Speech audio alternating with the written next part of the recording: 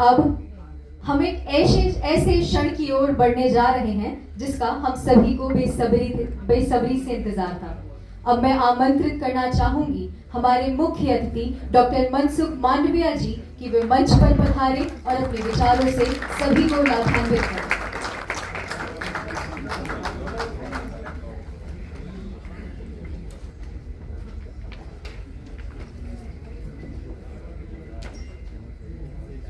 Sports India expo 2026 के अंतर्गत आयोजित स्पोर्ट्स इंडिया कॉन्फ्रेंस में हमारे बीच में उपस्थित मेरे दोनों साथी विश्वास सारंग जी, गौरव गौतम जी, हमारे विधायक जी आदरणीय रमेश चंद्रा जी, A.K. उपल जी, सभी उपस्थित स्पोर्ट्स इकोसिस्टम से जुड़े हुए भाई और बहन, आज स्पोर्ट्स इंडिया 2026 के अंतर्गत हमने एक्सपो भी आयोजित करा है और कॉन्फ्रेंस भी आयोजित करी है। ये बहुत जरूरी है एक इकोसिस्टम को आगे बढ़ाने के लिए सारे स्टेक होल्डर कभी कभी मिलते रहे। समन्वय में शक्ति होती है, समन्वय में संपूर्ण बनता है। हम महाकुंभ करते हैं, कुंभ करते हैं, तो भारतवर्ष का एक आस्था के केंद्र पर समन्वय होता है। जब हम एक्सपो करते हैं तो ये सेक्टर से जुड़े हुए सभी स्टेक होल्डर यहाँ एकत्रित होते हैं। स्पोर्ट्स केवल मेडल नहीं है, स्पोर्ट्स फिटनेस भी है, स्पोर्ट्स जीवन का एक कल्चर भी है, स्पोर्ट्स गुड्स भी है, स्पोर्ट्स कॉमर्स भी है। स्पोर्ट्स एक बड़ा सब्जेक्ट है और ये सदियों से जब सजीव सृष्टि के साथ जुड़ी हुई संकल्पना है। आप देखिए, कभी सुबह में मॉर्निंग में आप एनिमल को भी देखेंगे, वाइल्ड लाइफ को देखेंगे, वो एंजॉय करते देखेंगे, खेलेंगे। खेलना और खिलना ये दोनों स्वाभाविक है। जो खेलते हैं वो खिलते हैं, खिलने के लिए खेलना आवश्यक है। और इसलिए समय समय तक आप ग्रीक और मेसोपोटामिया की सभ्यता को देखें, तब से आज तक मानव इतिहास में स्पोर्ट्स का महत्व रहा है। उसमें से ही ओलंपिक्स निकला है। ओलंपिक्स एक दुनिया का स्पोर्ट्स का महाकुंभ है। उसको मेडल टैली के साथ इसलिए जोड़ा गया कि एक कंपटीशन का भाव रहे। लेकिन स्पोर्ट्स केवल कंपटीशन नहीं है, स्पोर्ट्स एक जीवन शैली है। और उसको विकसित करने के लिए मैंने देखा, मुझे बहुत अच्छा लगा। एक्सपो में मैं एक स्टोर पर गया तो कहा कि हम स्पोर्ट्स गुड्स बनाते हैं और सारी दुनिया में 100 एवो कंट्री में बेचते हैं। कई अच्छे एंटरप्रेन्योर्स भी मैंने देखा जो यहां भी उपस्थित होंगे। स्पोर्ट्स गुड्स मैन्युफैक्चरिंग एक बहुत बड़ा सब्जेक्ट है और कॉमर्स है। आज स्पोर्ट्स की कई चीज हम इंपोर्ट कर रहे हैं, लेकिन मोदी जी ने निर्णय करा कि स्पोर्ट्स गुड्स मैन्युफैक्चरिंग में हमारी महारत कैसे आए, हम स्पोर्ट्स गुड्स के लिए हब कैसे बने, उनके लिए सरकार क्या कर सकती है। इस बजट में 500 करोड़ रुपीस का अनाउंसमेंट करा। उसके लिए हमने पॉलिसी बनाई। आने वाले दिनों में स्पोर्ट्स गुड्स मैन्युफैक्चरिंग के लिए बड़ा इन्वेस्टमेंट करा जाएगा, बड़ा सपोर्ट करा जाएगा, ताकि एंटरप्रेन्योर्स शुरुआती समय में उसको पनपना होता है, उसको डेवलप होना होता है। बच्चा होता है तो हमें उसको हैंड होल्डिंग करना पड़ता है, तब वो चलने सीखता है, खड़ा होना सीखता है। बाद में एक बार बड़ा हो गया तो हमारी सहायता की आवश्यकता नहीं होती है। वैसे कोई भी सेक्टर को आगे बढ़ाना है, उसको ग्रो करना है, तो प्रारंभिक समय में उसको मदद करनी चाहिए। यहाँ जो स्पोर्ट्स गुड्स मैन्युफैक्चरिंग के साथ जुड़े हुए लोगों को मैं बताना चाहूंगा कि आने वाले दिनों में एक बड़ी स्कीम आपके लिए आ रही है, ताकि आपके यहाँ स्पोर्ट्स क्लस्टर में इंडस्ट्रीज को स्थापित कर सके, आप स्पोर्ट्स गुड्स मैन्युफैक्चरिंग यूनिट का एक्सपेंशन कर सके, आप नया यूनिट डाल सके। उसके लिए आपको फाइनेंशियल सपोर्ट देने की व्यवस्था भी हम आने वाले दिनों में करने जा रहे हैं। इसका लाभ हमारे इकोसिस्टम को बल देगा। हमारे देश में स्पोर्ट्स इकोसिस्टम को आगे बढ़ाने के लिए स्पोर्ट्स गुड्स मैन्युफैक्चरिंग के बाद आया स्पोर्ट्स इंफ्रास्ट्रक्चर। अभी आपने देखा होगा, थोड़े दिन पहले लास्ट महीने में ही आज तक कभी इतना बड़ा बजट भारत सरकार ने, पहले तो 1500-2000 करोड़ का बजट स्पोर्ट्स के लिए हुआ करता था, और हम जितनी हमारी सोच होती है इतना हमारा आउटपुट होता है। हमारी सोच वही थी तो आउटपुट वही था। अभी सोच बदली है।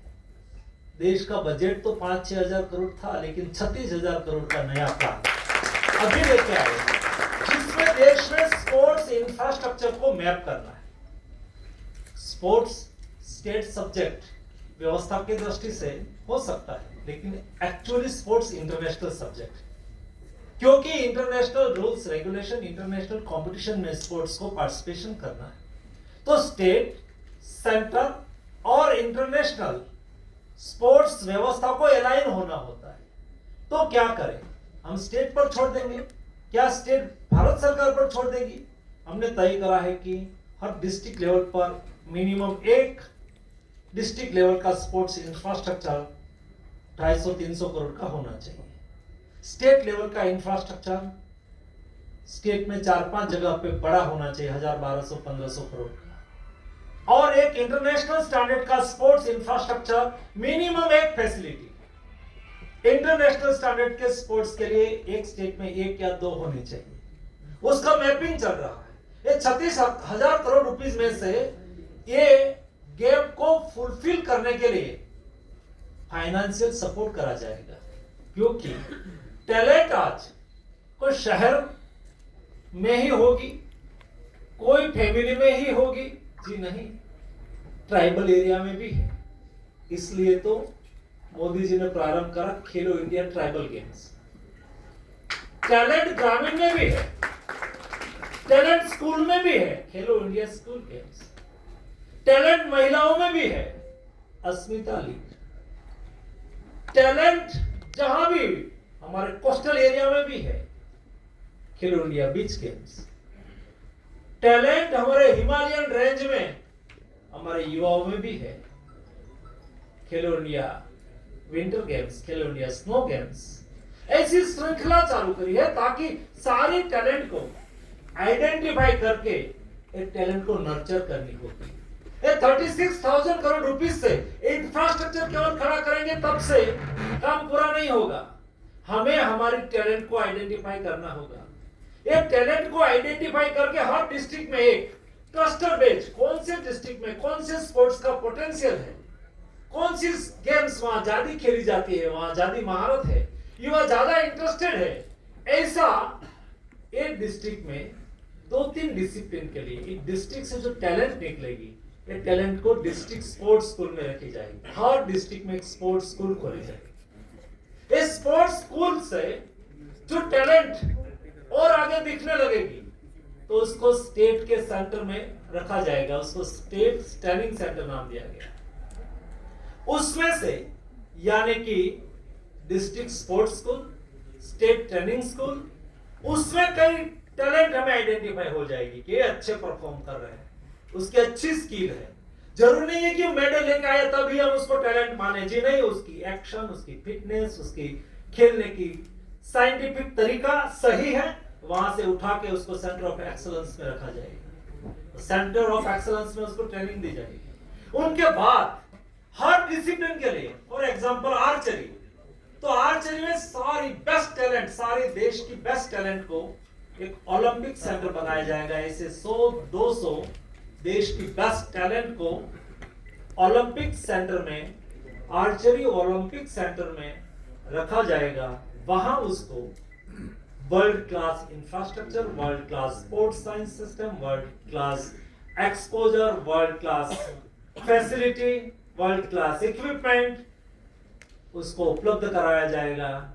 वर्ल्ड क्लास बेस्ट कोच उसको उपलब्ध कराया जाएगा।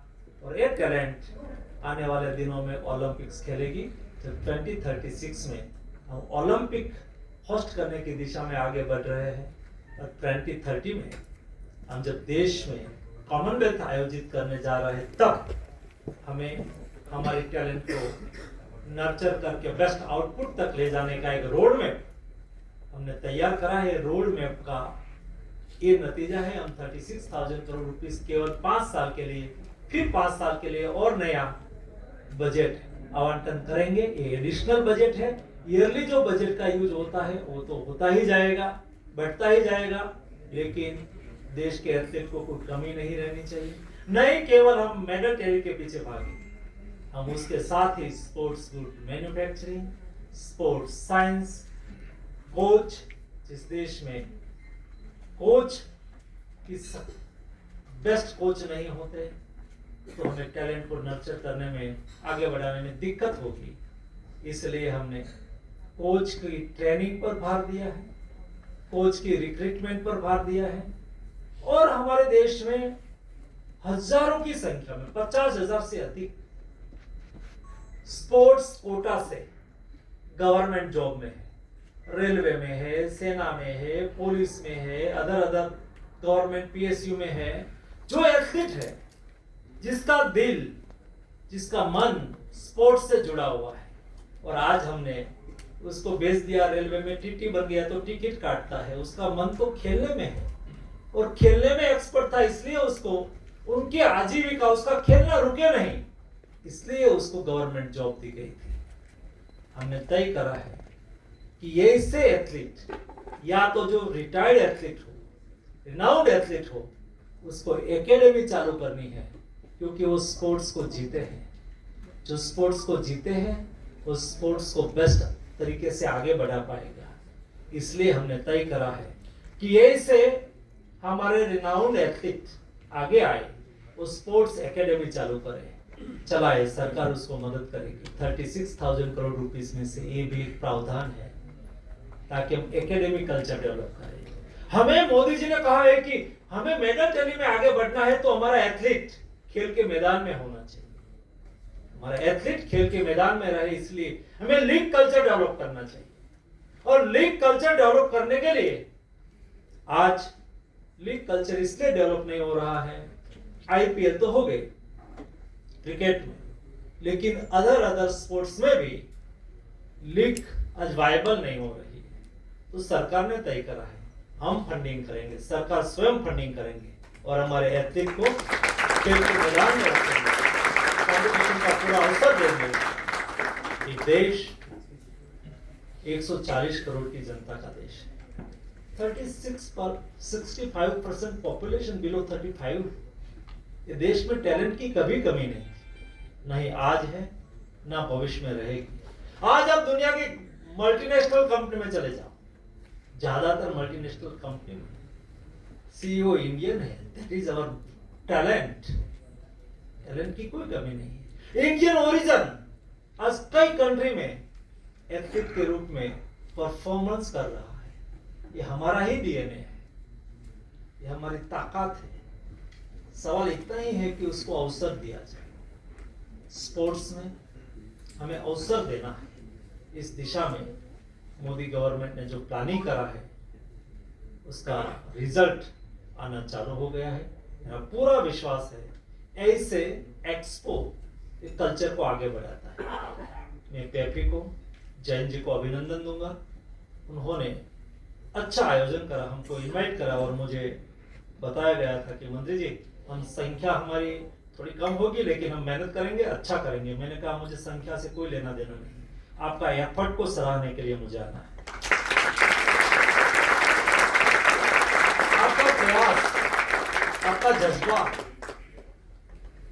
इस स्पोर्ट्स इंडिया शुरुआत में बहुत छोटे से शुरू हुआ था, धीरे धीरे पनपता जा रहा है। हमें उसको इंटरनेशनल ब्रांड बनानी है।